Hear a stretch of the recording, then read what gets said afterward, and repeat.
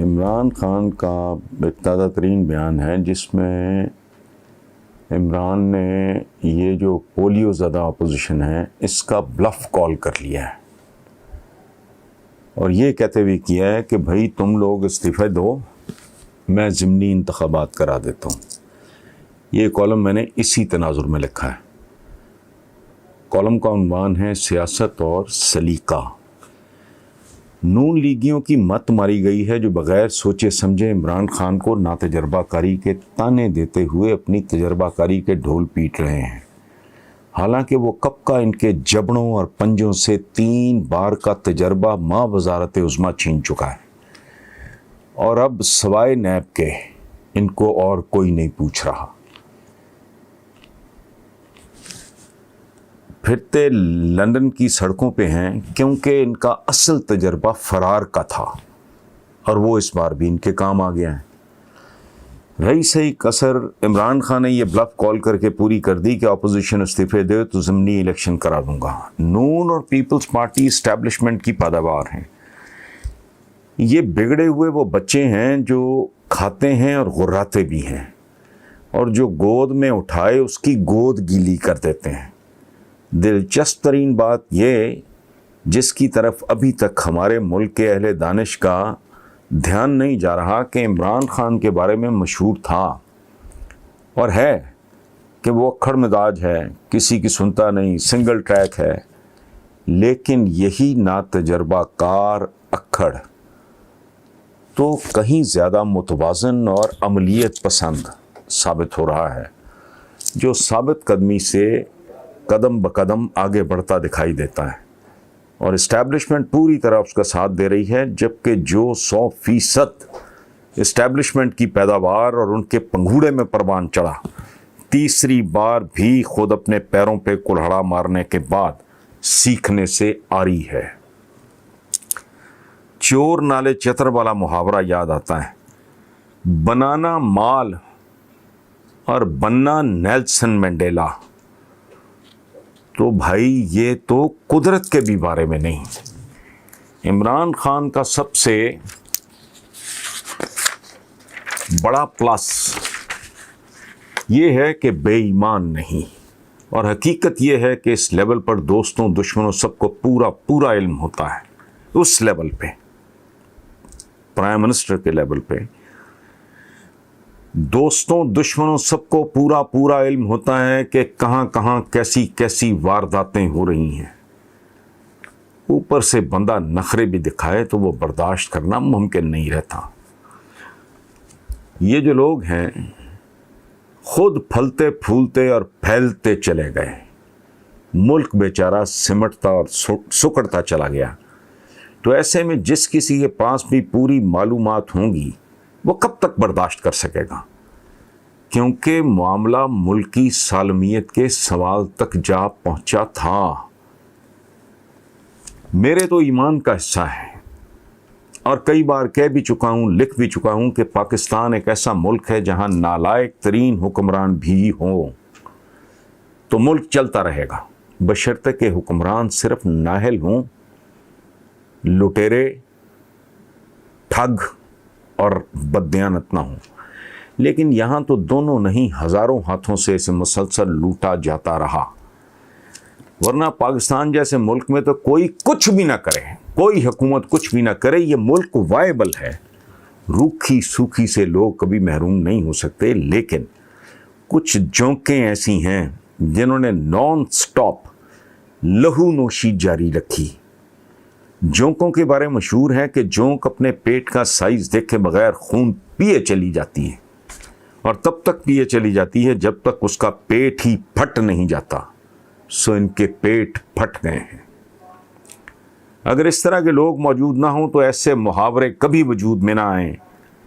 یہ ایک انگریزی کا محاورہ ہے جس کا میں اردو ترجمہ پیش کر رہا ہوں کہ اس دنیا میں ہر شخص کی نیڈ کے لیے سب کچھ وافر ہے، لیکن اس دنیا کے تمام تر وسائل ایک لالچی کی گریڈ کے لیے بھی ناکافی ہوتے ہیں، اور یہ 100% درست ہے، کیونکہ لالچی جب ایک انکم بریکٹ کی انتہا پہ پہنچتا ہے تو خود کو اس سے اگلی انکم بریکٹ کے قدموں پہ پاتا ہے اور پھر بے چین بے قرار ہو کر اس اگلی انکم بریکٹ کا بیریئر توڑنے کی وحشت میں مبتلا ہو جاتا ہے اعلیٰ حاصل قیاس، اور یہ چکر شیطان کی آنت کی طرح لمبا ہوتا چلا جاتا ہے۔ اس کو میں تھوڑا ایکسپلین کر دوں۔ جو قناعت پسند نہیں ہوتا، جس کی اسپرچول ذات مسخ شدہ ہوتی ہے، وہ کہیں نہیں رکتا۔ یہ پورے ملک میں یہ سارے بیریئرز توڑ گئے۔ میرا نہیں خیال ان دو گھرانوں سے زیادہ دولت مند کوئی گھرانہ ہے۔ یہ چونکہ آف دا ریکارڈ ڈالروں میں کھرب پتی ہیں، اس لیے یہ آتے نہیں ہیں میگزینز وغیرہ میں ان کے ذکر، چونکہ ان کی ساری دولت زیر زمین ہے۔ یہ اپنا مقابلہ کرتے ہیں سعودی حکمرانوں سے، یہ اپنے مقابلے کرتے ہیں وہ برونائی کے امیر سے، اس لیے انہیں چین نہیں آتا۔ بہرحال کہ شیطانی آنت کی طرح لمبا ہوتا جاتا ہے، یعنی ایک انکم بریکٹ کے آپ ٹاپ پہ گئے، اگلی انکم بریکٹ جو ہے اس کے آپ باٹم پہ ہیں، پھر آپ وہ وارداتیں شروع کر دے تو پھر اس کے آپ ٹاپ پہ، اس طرح سے چلا چلتا۔ اچھا، بہت کم لوگوں کو ایک اچھے قلمکار کی طرح فل سٹاپ لگانے کا وجدان نصیب ہوتا ہے کہ بس بھائی بہت ہو چکا، اب ریلیکس اور انجوائے کرو اور بھریا میلہ چھوڑ کے اللہ اللہ کرو۔ شاید اسی کو قناعت کہتے ہیں، جو کم کم لوگوں کو نصیب ہوتی ہے، ورنہ اچھے خاصے لوگ زندگی بھر بھاگتے بھاگتے ہانپتے کانپتے کسی کھڈے میں جا گرتے ہیں، اوپر منو مٹی گر جاتی ہے، اور اس حادثے کو قبر کہتے ہیں۔ یا تو اتنا ہو کہ بندہ جوانی کے ساتھ ساتھ عمر خضر بھی خرید سکے، رہنے دو چھوڑو بھی جانے دو یار، ہم نہ کریں گے پیار۔ پیسے سے اور دنیا داری سے ضرورت کی حد تک تو بالکل ٹھیک ہے، اس کے بعد فل سٹاپ لگا دینا چاہیے۔ زندگی ہے کیا؟ نثار ناسک مرحوم نے کہا تھا، دل میں اب تک جل رہی ہیں آرزو کی دو لویں، ایک وہ اچھی سی لڑکی، ایک وہ چھوٹا سا گھر۔ ایک ہنستی کھیلتی خوشحال آسودہ فیملی ہو، چیزیں سموتھلی چل رہی ہوں، انسان کے لیے کافی ہے۔ لیکن کیا کریں، زندگی تو ہر زندہ کو ملتی ہے، لیکن زندگی گزارنے کا سلیقہ بہت کم لوگوں کو نصیب ہوتا ہے۔ ورنہ یہ جملہ یوں ہی مشہور نہ ہوتا کہ گھر میں اتنی دولت جمع کر لی کہ عزت رکھنے کی جگہ باقی نہیں رہی۔ بہرحال میں نے لفظ سلیقہ کا استعمال کیا ہے، یہاں یہ عرض کرتا چلوں کہ سلیقہ عربی زبان کا لفظ ہے، اور اس کا مطلب ہے اونٹ پر بنائے گئے انتہائی نفیس پیچیدہ دلکش جو نقش و نگار ہوتے ہیں، اس کو سلیقہ کہتے ہیں۔ اردو میں یہ اور معنوں میں ذرا استعمال ہوتا ہے، لیکن افسوس ہماری سیاست سلیقے سے محروم ہے۔ سانحہ عامی پبلک سکول، جس میں معصوم بچے شہید ہوئے تھے، سانحہ عامی پبلک سکول پشاور سے متعلق جوڈیشل کمیشن کی رپورٹ پبلک کر دی گئی ہے۔ رپورٹ میں کہا گیا ہے کہ یہ سانحہ سیکیورٹی کی ناکامی ہے، دہشت گردوں کو مقامی آبادی سے مدد ملی، جب اپنے لوگ ہی دغا دیں تو اے پی ایس پشاور جیسے سانحات رونما ہوتے ہیں۔ خبر کی تفصیل کو جانے دیں۔ یہ عدالت نے یہ چند لائنیں لکھ کے ہمیں ہماری تاریخ یاد دلائی ہے۔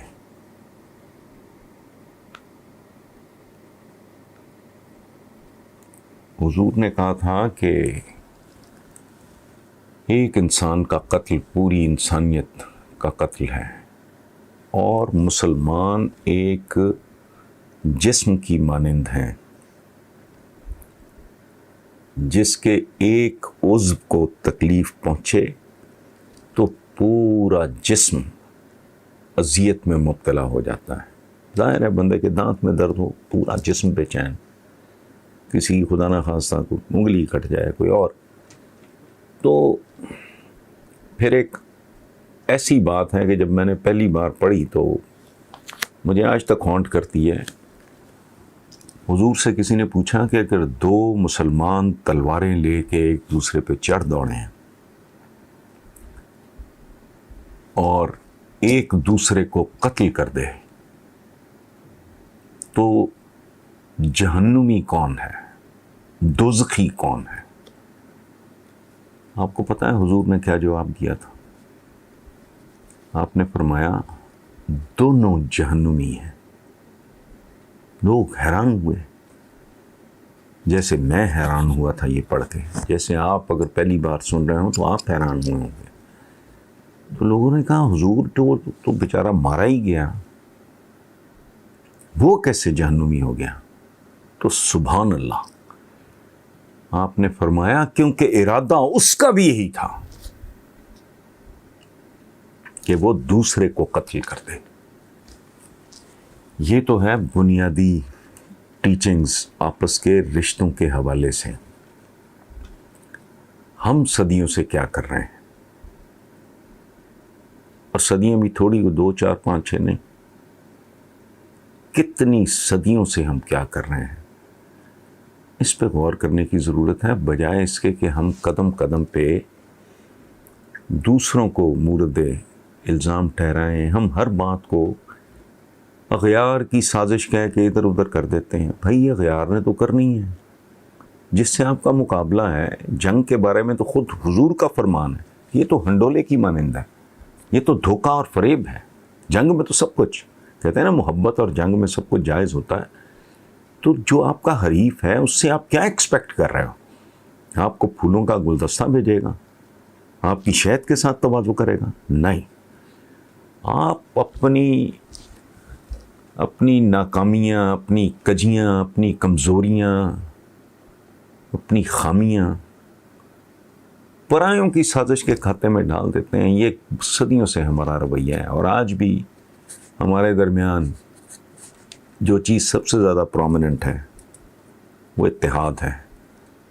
ہم وہ بدنصیب لوگ ہیں جو ایک گلی میں بھی اکٹھے نہیں ہیں.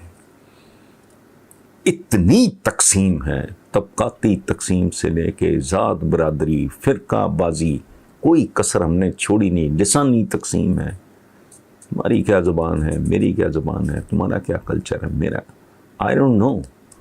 کہ اتنی طویل, اتنی تکلیف دے قیمت دے کے, اتنی ذلت بھگت کے بھی یہ بات ہماری سمجھ میں کیوں نہیں آ رہی, میں نہیں جانتا. لیکن عدالت نے یہ جو چند جملے لکھے ہیں کہ جب اپنے لوگ ہی دغا دے جائیں تو اے پی ایس پشاور جیسے سانحات رونما ہوا کرتے ہیں. سو اللہ نہ کرے کہ ہمیں اب بھی ہوش نہ آئے. باقی پھر آپ مجھ سے بہتر جانتے ہیں. میں نے ابھی ایک کتاب ختم کی, دی ٹیچنگ آف بدھا. سوچا گوتم بدھ کی کچھ باتیں آپ کے ساتھ بھی شیئر کر لوں.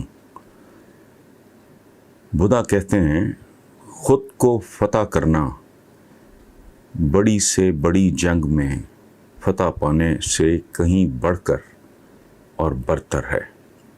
ان کا دوسرا قول, جیسے آندھیاں پہاڑوں کا کچھ نہیں بگاڑ سکتی, اسی طرح میں کسی دانا کا کچھ نہیں بگاڑ سکتی.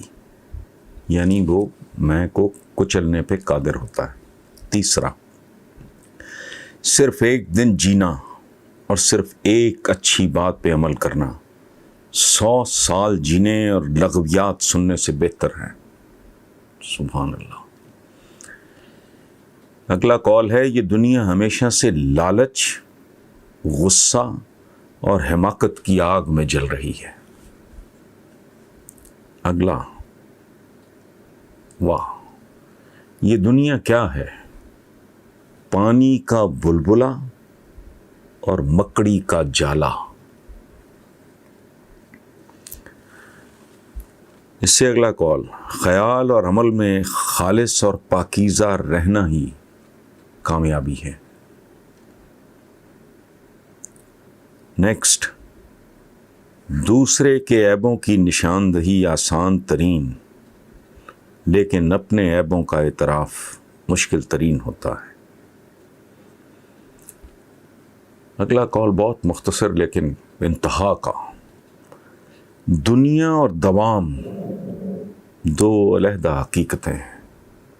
دنیا از آلسو اے ریالٹی، دوام از آلسو اے ریالٹی۔ اس سے اگلا قول ہے، جیسے ایک محافظ قلعے کی حفاظت کرتا ہے ویسی ہی جان بازی اور جاں فشانی سے اپنی روح کی حفاظت کرو۔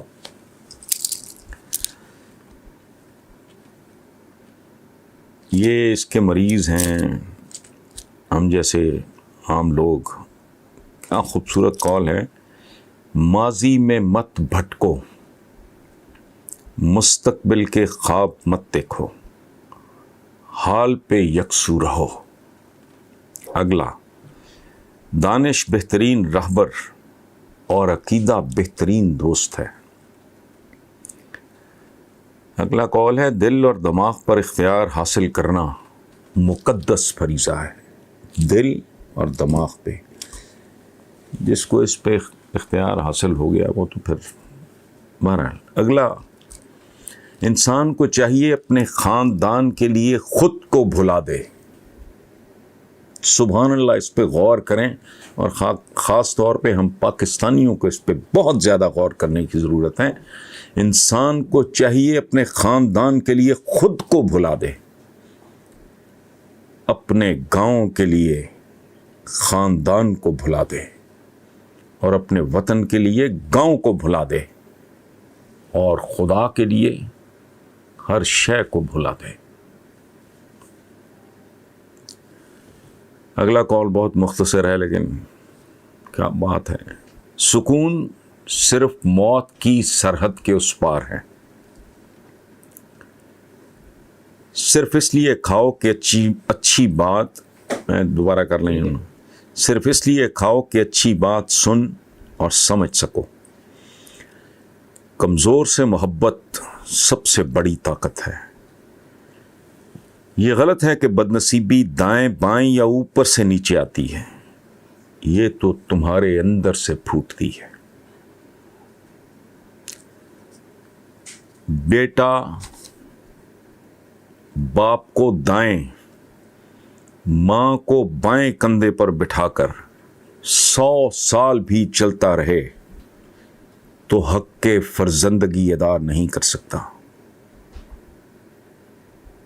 یہ نوجوان بچوں کے لیے ہے، اور I'd like to repeat، بیٹا باپ کو دائیں، ماں کو بائیں کندھے پر بٹھا کر 100 سال بھی چلتا رہے تو حق کے فرزندگی یعنی بیٹا ہونے کا حق ادا نہیں کر سکتا۔ پھر کہتے ہیں، محنت کش کیڑوں مکوڑوں اور شہد کی مکھیوں سے سیکھو کہ ذمہ داری کس چیز کا نام ہے۔ یہ بھی ہم پاکستانیوں کے لیے بہت، یہ قول بڑا قیمتی ہے۔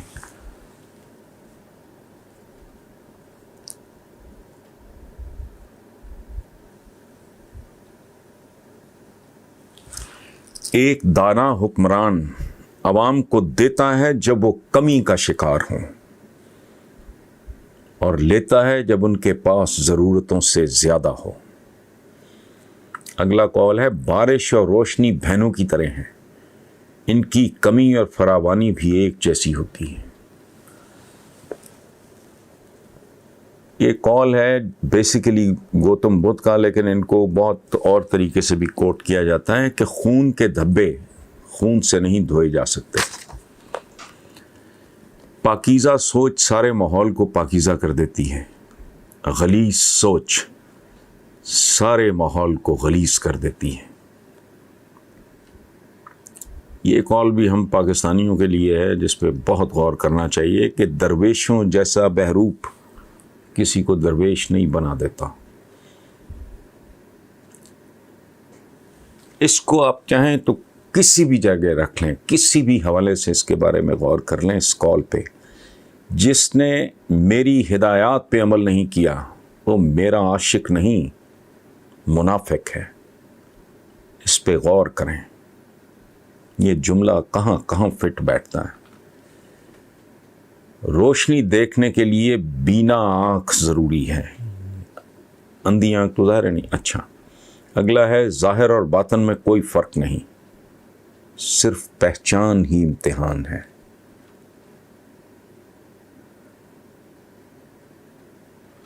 یہ ایک عجیب سا قول ہے کہ اس نے ٹوٹی ہوئی شاخ سے بھی کونپل پھوٹتی دیکھ لی. اسے کہتے ہیں ویژن، اسے کہتے ہیں تیسری آنکھ. اگر انسان کو نصیب ہو، میں نے پچھلے دنوں اپنے کالم میں لکھا تھا کہ 2 آنکھیں تو جانوروں کو بھی ملتی ہیں، انسان کی جیت یہ ہے کہ اس کی تیسری آنکھ بھی پروردگار روشن کر دے. یہ قول بھی قابل غور ہے. نہ جنت کا لالچ نہ جہنم کا خوف، یہی اصل تلاش ہے کہ لالچ اور خوف سے ماورا ہو کے اپنے خالق کا حکم مانو.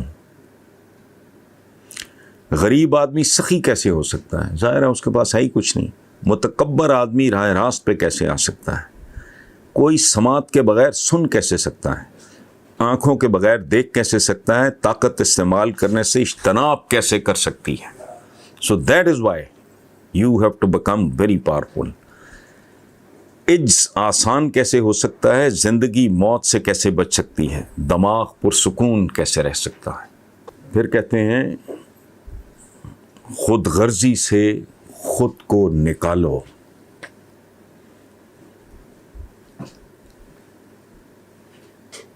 اور یہ آخری قول سبحان اللہ، ایک چراغ اپنی عمر کم کیے بغیر کئی چراغ روشن کر سکتا ہے.